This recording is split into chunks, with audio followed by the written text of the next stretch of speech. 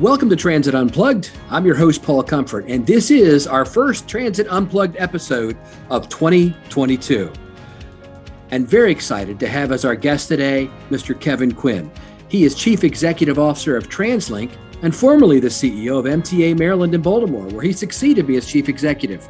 On today's episode, Kevin talks about his work in Baltimore and what he's doing now in Vancouver, Canada. Remember that our new video podcast program, Transit Unplugged TV, will premiere on Friday, January 14th on YouTube.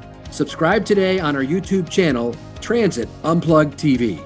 And now for our interview with Kevin Quinn. Welcome to Transit Unplugged. I'm Paul Comfort. Great to be with you on another episode of the world's leading transit executive podcast. We have with us one of the top CEOs in Canada and actually in all of North America, my good friend Kevin Quinn, who is CEO of TransLink in Vancouver, Canada. Thanks for this transcontinental call, Kevin. Thanks for having me, Paul. Yeah. Kevin and I go way back. We're friends. We used to work together at the same agency in Baltimore, and he did tremendous things there and now is on to really one of the premier transit systems in North America. Your predecessor, Kevin Desmond, made it easy for you, right? People don't have to remember a new name. Exactly right. It's the bad news and good news. Good news is they all know my name. Bad news is they all know my name. Oh, that's good. So let's give us a little context. Where you're at, how long you've been there, what you do, that kind of stuff to kick us off. Sure. So my family and I arrived in Vancouver after traveling 5,000 kilometers, 3,000 miles, across the U.S., across the border, around Seattle, and we've been here since July. And it's been great so far, really getting settled into the job. It's full on drinking from a fire hose, but it's been great. The staff at TransLink are amazing, and family is settling in really, really well. That's great. Climate-wise, so you've been there 6 months. I mean, compared to where you're at here in Maryland, what's the difference, do you think? Well, right now so November was pretty rainy. In fact, we had some really torrential I read atmospheric about that. rivers, that washed out some highways. I mean, it was really pretty catastrophic flooding that will take months to recover from. And fortunately, we didn't see too many big transit impacts as a result of that. But certainly raises questions around climate change and resiliency and all that kind of stuff. So a bit rainier here than Maryland. Yeah. Also, very beautiful, the mountains, the trees, just everything. It's great for hiking. I'm a runner, so going out and running has been, it's been great. Yeah, that's awesome, Kevin. I can't tell you how happy I am for you and for that region. I mean, I can't imagine having anybody better than you to do that. And you fit right in, Mr. Cool and all that. You fit in there today. So I think it's great. But it is funny. We're doing this on audio and video. People will only hear the audio. But the thing you've got on the wall behind you, the bicycle, it's the same thing you used to have when we've talked when you were here in Maryland. So that's right. Yeah. Apparently, when I did, some interview stuff when I was first announced for the job, I had the bicycle behind me. Apparently, it went over well with the folks in Vancouver. Big bicycling community. Vancouver actually has the largest integrated bike parking network in all of Canada. It has more than 500 bike lockers. So really big biking community. Yeah. So anyways, I thought I'd throw it up on the wall behiund me here at home and keep it up there. The more things change, the more they stay the same. That's right. So tell me about the kind of your road to TransLink. Let's go through your career and all so people can hear what you've done. Sure. So I guess started my career, as a community planner with Baltimore City for a few years and worked in Baltimore City Planning Department. I was a community planner for East Baltimore, which was a great job. And certainly in terms of getting up in front of people and having people yell at you for all kinds of issues that you can't do anything about. And that was good. I often look back at that as kind of boot camp for where I am today. And then from there, we moved on to a couple of private consulting firms doing transit consulting. One of those was as an embedded consultant at MTA doing rural transit planning on the Eastern Shore and in Western Maryland with the locally operated transit system, the LOTS Group, which I think gave me a real good feel for how smaller agencies work with really tight budgets where it's, 15 drivers and a manager. And sometimes the manager is the driver too, right? So that was a great introduction. And then, moved my way up and became the director of planning, working under CEO Paul Comfort for a couple of years. My very first picture and the job is with you and me at my conference room table, along with the guy that did bikes. I forget his name, but it was the three of us. Yeah. Yeah, I'm not surprised. So did that as director of planning, and we did our big bus network redesign, Baltimore Link. And well, you were there with Robert too, though, right? Weren't you planning director with him? Yeah, that's right. So I was appointed right under Robert. Robert Smith, my good buddy, who I work with now a lot through the North American Transit Alliance. We were just together in Washington, D.C. this week. I was like, Robert, isn't it hilarious? We're both working together now. It's so incestuous, right? Yeah.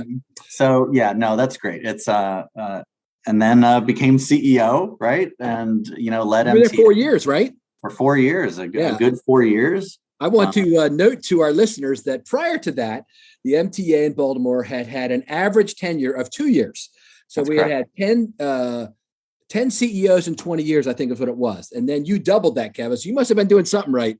Thanks, Paul. Yeah, we did some good stuff. Baltimore Link, we rolled out some new dedicated bus lanes. We cleaned up the bus system. We improved on-time performance, invested in technology. So some really good things. Yeah. Probably why you got the job out there, right? You did some good things. Yeah. We let a lot into it. Tell me a little bit about, because this is a key to a lot of transit agencies, on-time performance. And you really did some good stuff and were reporting accurate numbers, which I wasn't able to do when I was there because they didn't have good GPS. But tell us what you did and how you did it, if you don't mind.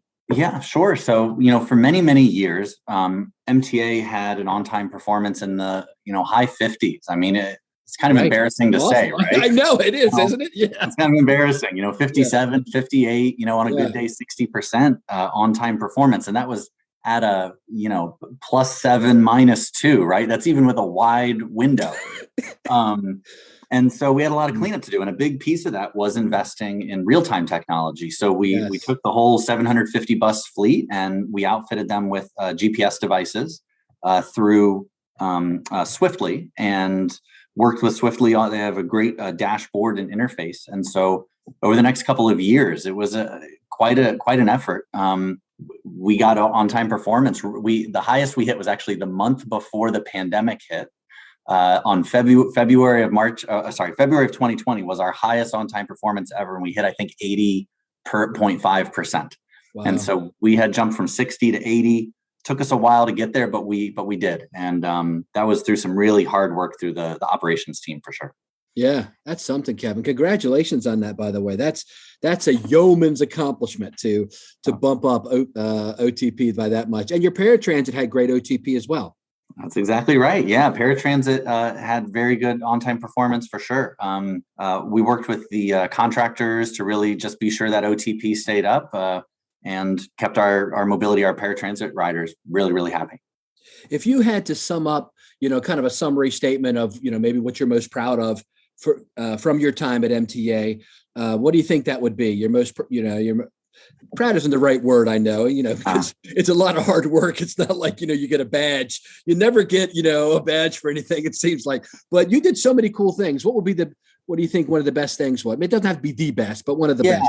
Yeah. I mean, I'd say that, technology was a big one, really kind of bringing the MTA to a more state-of-the-art place with technology. And whether that was real-time on the buses, rolling out the first mobile payment technology with the Charm Pass, getting on-time performance up. We actually took all that data and it's now transparent, fully transparent on the MTA website. So you can look by route, by day, what the OTP was for that day. I mean, that's pretty tremendous, right? Taking that data, not just on the external side with customers and giving them that data so they can see where their bus is in real time, but internally using that data to drive performance and to be transparent about it to the public. All in all, I think some of those technology improvements were pretty game changing for the MTA. Absolutely, getting the place out of the 1980s. I used to always say. That's right. And last question about MTA would be, what did you do about fare boxes and all that? When I left, we didn't have any money in the capital budget for fare boxes and they were falling apart and our guys were going on eBay to get parts and everything. What finally happened there? Yeah. So, as of when I left, we had an RFP going to completely reform and change the whole fare system. So new fare boxes, new ticket vending machines, account-based platform. But maybe your next guest is new MTA administrator Holly Arnold. Yeah, we should get Holly on to talk about what's happened in the 6 months that you left. I would love to have her on. That'd be great. All right, so now let's segue over to your new job at Vancouver, Canada. So tell us about the agency itself. Any stats or anything to kind of give us a scope of the work you're doing there. Sure. So, TransLink's a really interesting enterprise that you've got kind of TransLink corporate. You also have Coast Mountain Bus Company. That is really the bus company, about 1,700 buses, 250 bus routes. I mean, it's really a pretty massive bus system. I used to think that Baltimore was a really big bus system with our, 65 bus routes, right? And I come here and there's 200, 250. Wow. Under TransLink is also the BC Rapid Transit Company, or BCRTC, which runs the SkyTrain. Okay. And so, SkyTrain runs, around 80 kilometers of rapid transit, but, trains, it's North America's largest autonomous train system. So, actually, when I first got here, we did some media interviews, and I joked in one of those media interviews how my first couple of days on the job, I was waving at the trains. Because you wave at the drivers, right? For years in Baltimore, I'd wave at the drivers, they'd wave back, and that was that. And so I felt kind of silly waving at the autonomous trains. But it's an amazing train system, runs at really high frequencies. The bus system's at good frequencies. They also have their Handy Dart system, which is your accessible transit, very similar to a paratransit system in the United States. Okay. West Coast Express, which is about 70 kilometers. That's their commuter rail system, much smaller than the MARC system in Maryland, which is around 200 miles of, commuter rail. And then there's the one that I'm really excited about is the Sea Bus, right? So now I have sort of ferries in my portfolio as well, which is really awesome. Yeah. Yeah, that's cool. And you are linked up like with your neighbor, right? Erin Pinkerton, to your guys, she runs BC Transit. So for people in America, Canada doesn't have states, it has provinces, and your province is British Columbia, but you're the biggest part of it, right? In Vancouver. That's exactly right. So we're the transit provider for Metro Vancouver, which encompasses 23 municipalities, essentially. Okay. And so, we run adjacent to BC Transit. So, there's a lot of coordinating of schedules with BC Transit, coordinating schedules with BC Ferries. There's a massive, ferry system here as well. Right. Not that we run, we just have passenger ferries. But so there's a lot of schedule coordination. But Erin is fantastic to work with, and I know a big goal of ours is to get all of us on a single integrated fare platform. So we're having some discussions about that, which of course is what everybody in every agency wants to do, right? Yeah, so that's a big one.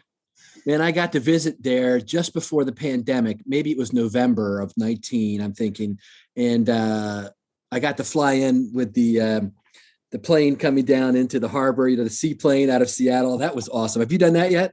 I haven't. I had the other day I took the ferry over and I took the helijet back over. Wow. And that was pretty cool. I bet you that was. That was pretty neat. Yeah. So what are the biggest things you're working on now, Kevin? So we've got some big things. We've got a couple big line extensions. We've got Surrey Langley SkyTrain. It's an 18-kilometer extension of the SkyTrain system. The Broadway subway project is another, I think it's 8-kilometer extension. But big billion-dollar projects, right. Billions of dollars being spent on expansion of the SkyTrain system and associated. I'm a big land use planner, and so. Yes. Really associated improvements in density around rail stations, improvements like that. So that's the big one. The big thing that we're finalizing right now is Transport 2050, which is the region's 30-year plan. So, it's interesting. TransLink, in a way, serves a bit kind of like an MPO at times in the United States in doing, very long-range planning and modeling. And so it's really cool to have in-house. So we lay out the 30-year plan, which has big goals like 50% mode share on transit, walking, and cycling by 2050.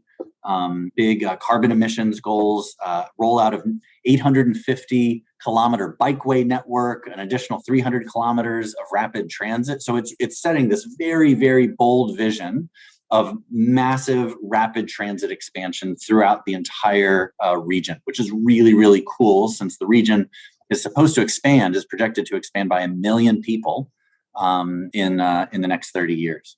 Wow. So that's really cool. And then I guess the last one I'll just note is electrification of our fleet, which I'm sure you're hearing from a lot of transit agencies, right? So We already have, a quarter of the fleet currently electrified through electric trolleys or some battery electric buses, but really massive expansion of that program. That's cool. And what are you finding are the biggest differences, coming right from America, going to a Canadian system? Are there any big differences that stand out to you, or is it very similar, or what? Yeah, I'd say two. I spoke earlier about kind of the frequencies of the bus and the rail system. And I think that the Canadian systems, they really understand this whole concept of frequency is freedom, right? That you need a very high frequency system, that people don't have to have a schedule to rely on for, fast, frequent service. And so this region has it. The bus service is, most lines are every few minutes. The SkyTrain every 3 or 4 minutes. I mean, the frequencies here are just off the charts compared to a lot of American cities. I think the other piece is land use wise, they've done a good job building things up around the SkyTrain stations, and so I think that's pretty tremendous. That's good. So we're recording this like in the middle of December. People will hear it as our very first episode of January 2022. Tell us about the kind of COVID recovery. What's been happening there? Where are you at now at the end of the 2021? Sure. So in March 2020, TransLink dropped down to about 17% of normal ridership levels, and then kind of creeped up throughout 2020 and most of 2021, and plateaued at around 40% for maybe a year.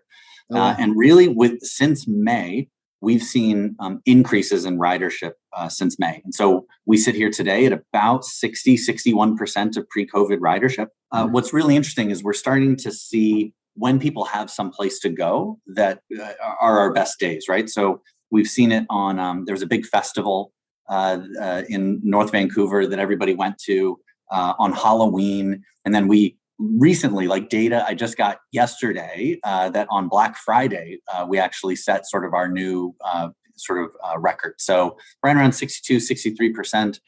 We've got projections showing that by the end of 2022, we should be, we're projecting to be back up to 80%.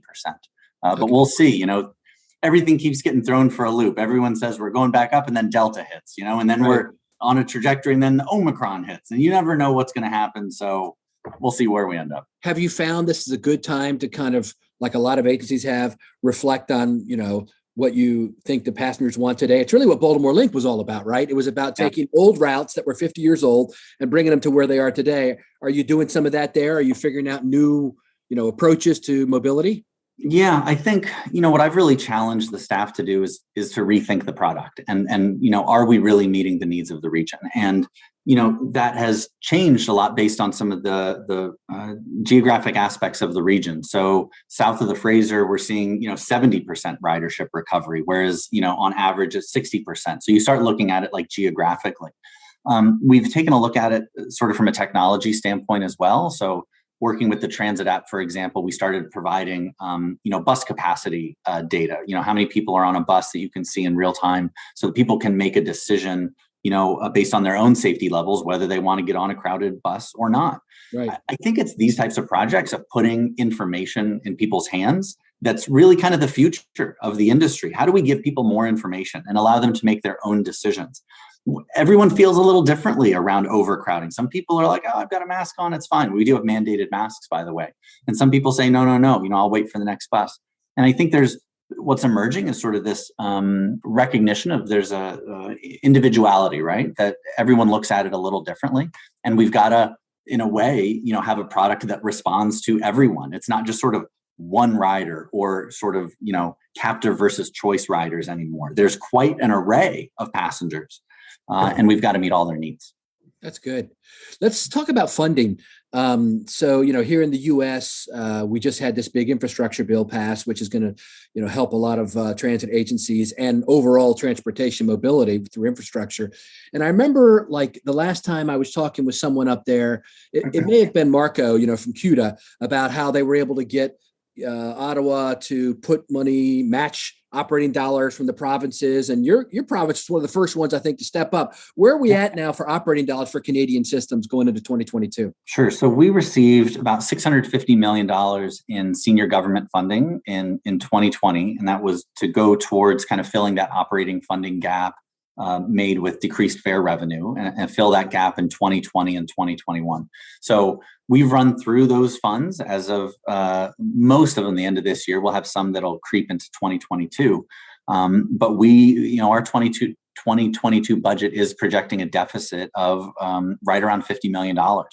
And so we've been working with the province and the federal government, having very productive conversations, but there's a few things going on. So, one is this loss of fare revenue from riders and the recognition that, we may be entering kind of a new normal of reduced ridership for a period of time. And so let's not sit here and pretend that ridership in 3 months is going to be back to 100%. It's not. Right. So we need a revenue stream and a sustainable funding source that allows us to continue to provide high levels of service for the region and not be threatening cuts, right? The second piece of this is the fuel tax. Again, something a lot of US states and cities are seeing, where there's such a shift towards EVs that, we've got to figure out a new sustainable funding source for that fuel tax. And I think we've got a chance to do that, again, having very productive conversations. But these two things are contributing to quite a long-term deficit that we're seeing, that we've got to figure out the new normal and lay a new foundation. And is your funding, when we were here in Baltimore, Baltimore city government really put next to nothing into the transit system. They had their own system, but most of it came from the state and federal government. How's the funding shares up there at your system? Is it city as well as province, as well as some federal, mostly for capital? Yeah, that's right. So it's all capital. Aside from that, those funds I just referenced, it's all capital, and so a lot of it comes from the federal Canadian government through the province, and then flows down through the province to TransLink. And so, but we do rely on municipalities to contribute a lot as well. There's not really a set, when it comes to municipality projects, a set funding amount. There's a lot of negotiation that takes place, I'm finding.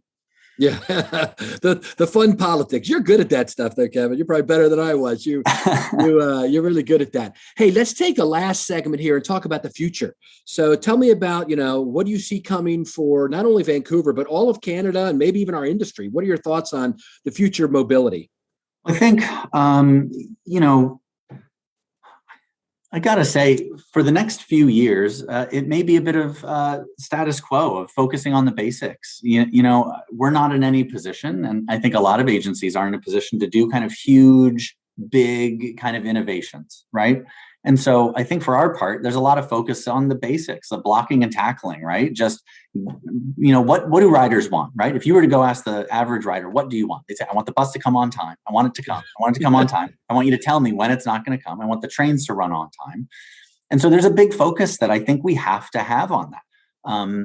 I tend to be on the more skeptical side of a lot of the brand new innovations. I don't know that I necessarily want to be sort of on the bleeding edge of things. I think there's a lot of agencies out there doing that. I'd like to learn from them. And I think we've got some opportunities for, some micro transit. We are rolling out some shared mobility, micro transit around e-bikes and e-scooters and things like that. And I think, the more that we can push people towards active transportation is going to be really important. Aside from that, I think it's, rapid transit is where it's at. You can't sort of argue against sort of the geometry that exists with getting buses through a dense urban area that's been really successful here. And eventually, I'm sure we'll get to the connected vehicle part where, the buses are communicating with traffic signals and all that kind of fun stuff. We'll get there. And I'm sure we'll get to the AV part, eventually as well. But I think for right now, it's really serving our customers that have stayed with us throughout the pandemic and being sure that we're doing the basics as best we can. That's great. And family, everybody's good. You mentioned, I don't know if you mentioned it when we were on the air or not, but for all your friends back in Baltimore and everywhere else, family's doing good, settling in and all that? Yeah, my wife, my two kids, everybody's settled in really, really nicely. Kids are in schools where, everything's bigger here. So there's bears, there's, coyotes. I mean, it really is, British Columbia is a pretty amazing place. And so the wildlife has been a lot of fun for the kids. I'll tell you that. That's great. Yeah, it is. I mean, just as a kind of maybe we end on a commercial for that area. Yeah. I found that area to be one of the most beautiful areas I've ever been in the world. It absolutely is. It is gorgeous here. And if you're into hiking, you're into running, you're into water sports, skiing. I've got like 3 ski slopes, 30 minutes away. That are world class. It's a pretty amazing area. So I feel very lucky to be here and very lucky to run a really fantastic transportation authority. That's great. Well, hopefully when things calm down, I can come up and visit. Our producer lives near there, Tris Hussey. He lives in your area and would love to meet you. We'd come out there and do a video show and show all the behind the scenes stuff. That might be fun. Oh, would love to do that, Paul. Yeah. Thanks again for being with us, Kevin. Any final thoughts as we close out that you'd like to pass on from your role there? I guess I'd just say that, a key tenet for me is to always recognize that transit is about relationships, and it's about trust with your customers, right? And, whether that's trust with customers or trust with your employees, being sure that you're always out there emphasizing people's safety, that, that they know they have a voice in their system. And, we're coming out of a time where there's a lot of mistrust going around. And so the more that every agency can build up their trust with their riders, I think the better off they're going to be. Wow, what a great way to close it off, Kevin. Kevin Quinn, CEO of TransLink, thank you for being our guest today on Transit Unplugged. We've waited a long time to get you, and we're glad you finally came on. Thanks, Paul. Thank you for listening to this week's episode of Transit Unplugged and our guest, Kevin Quinn of TransLink. And yes, as Paul said, I live in the TransLink area, frequent rider. Bus operator lives 5 doors down from me, and the 342 goes right by my house. And next week, Paul interviews a couple recipients of Mass Transit Magazine's 40 Under 40 Awards. As Paul mentioned at the beginning of the show, January 14th is the premiere episode of Transit Unplugged TV with our special episode from RTC of Southern Nevada in Vegas. Now, as always, if you have a question, comment, or you'd like to be a guest on Transit Unplugged, please feel free to email us anytime at info@transitunplugged.com. Until next week, ride safe, ride happy.